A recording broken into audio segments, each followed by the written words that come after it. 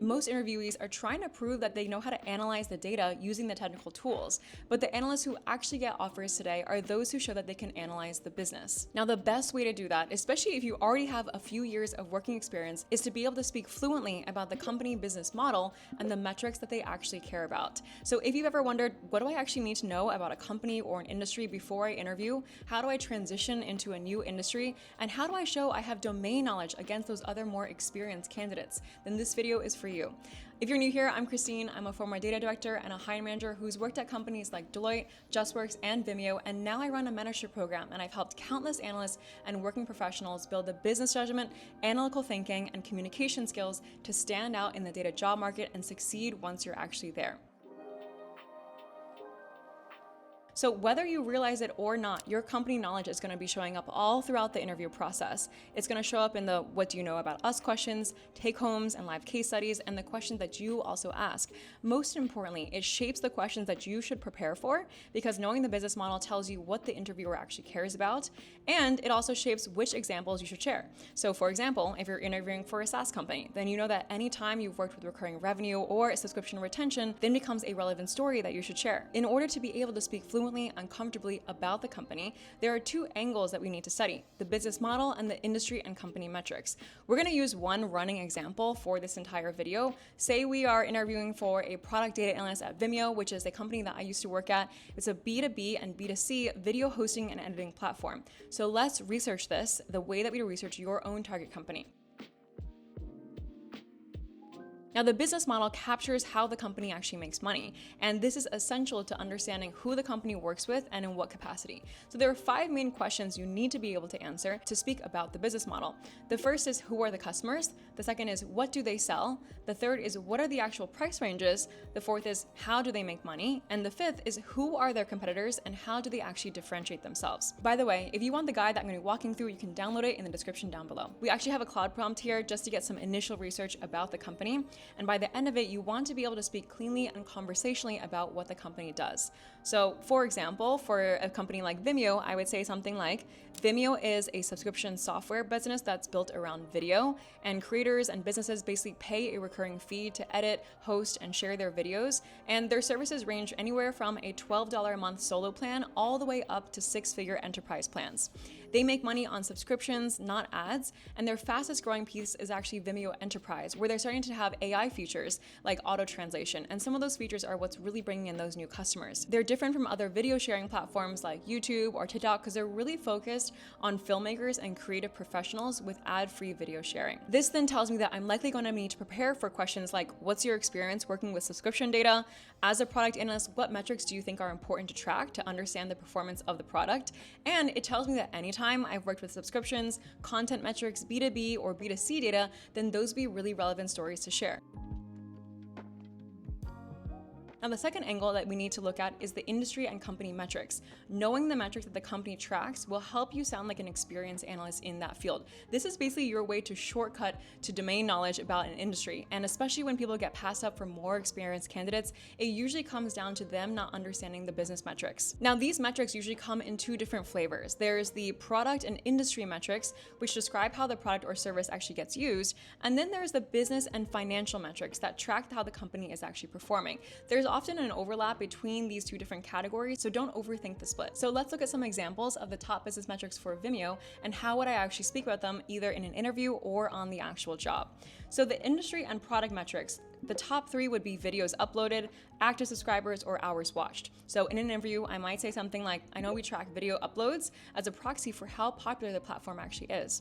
Or on the job, when I'm talking about product performance, I might say something like, I know that active subs in a specific month is defined by how many distinct users have logged in at least once. Or hours watched tells us if people are actually engaging with the platform, not just using it to store videos and upload videos. And then for the business and financial metrics, those metrics would be things like bookings, revenue growth, or ARPU, which is average revenue per user. So here you might hear something like bookings is a leading indicator. So enterprise bookings grew by 13% this quarter, so the recurring revenue should follow it in a few few months. Another example is average revenue per user in the enterprise segment is over 23,000 and growing, which means that each new customer is actually signing a higher value contract than before. So this language ties the numbers back to the business context and shows that you're an analyst who not only knows how to frame problems, but can also isolate what metrics are most important, which is the kind of analytical judgment that they want to be able to see.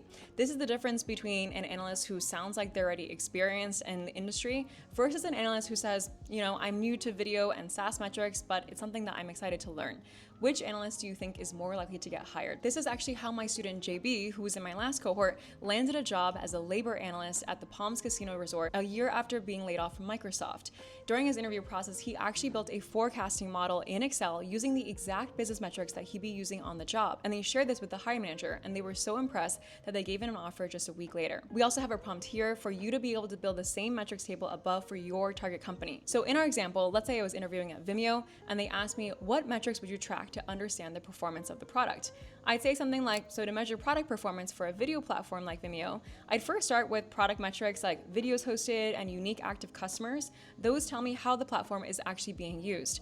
Then I'd also look at the financial side. So monthly recurring revenue and new bookings, those together tell me whether the base is growing and whether customers are upgrading to higher value plans, which is where the enterprise plan comes in. Now that sounds like an analyst who's ready to hit the ground running. Now the thing is, we never want to just fully rely on AI to do the work for us. So let's go deeper using the company's actual materials and also sanity check our results.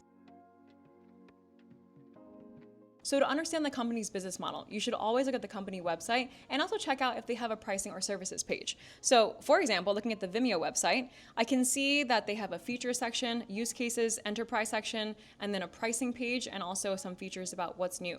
So I would actually go through and poke through each of these different elements so I can understand what the product actually looks like. So here I can see that the Vimeo platform is not only to play videos and host videos, but you can also record, edit, and make videos. And they also have some other features like analytics and AI.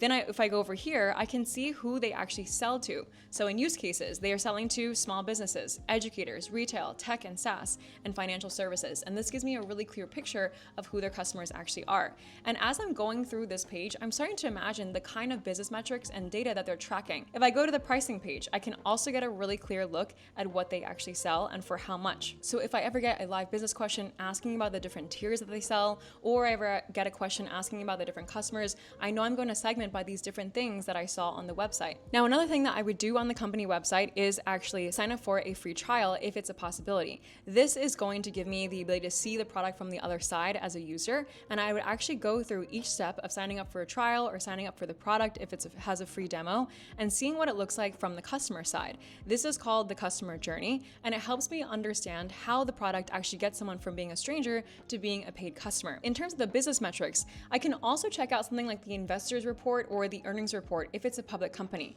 So for example, for Vimeo, the last earnings report they published was in Q2 of 2025, so a little while ago.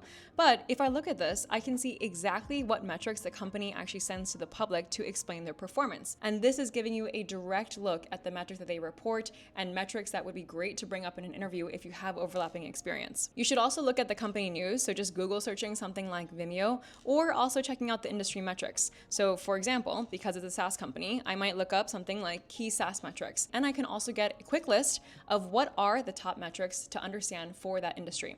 So as I'm learning about these SaaS metrics, I'm not only preparing for my interview at Vimeo, but I'm preparing for any interview I have with any SaaS company in the future. Let's look at some quick examples of what a standout versus a weak response sounds like when talking about the company. So explaining the business model, right? Someone might say, I know that Vimeo is a SaaS business that sells video hosting plans. Now, this doesn't sound like you're someone who really knows the ins and outs of the company. Instead, I might say something like, I know that Vimeo is a subscription software business that's built around video. Creators, businesses pay a recurring fee to host and share video, and it ranges from $12 a month plans to six-figure enterprise contracts.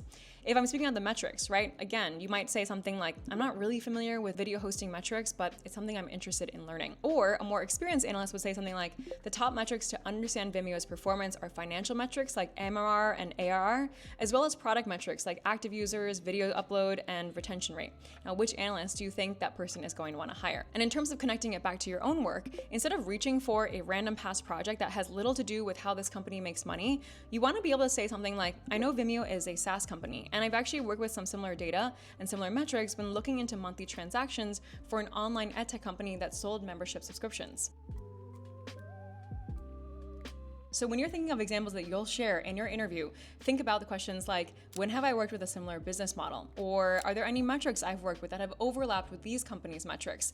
Or something like, if I was an analyst working at this company, what would I track to understand the performance? Or if I had to build a report or dashboard to show how the product was performing for a specific stakeholder, what would I actually build? In my next videos, I'm gonna share how I would actually respond to these questions live, so make sure to subscribe if you're interested. So if you take nothing else from this video, remember that interviewers light up when you can speak comfortably about the company and its business metrics, because it shows us that you're able to connect the numbers back to the real business context. So here are your next steps.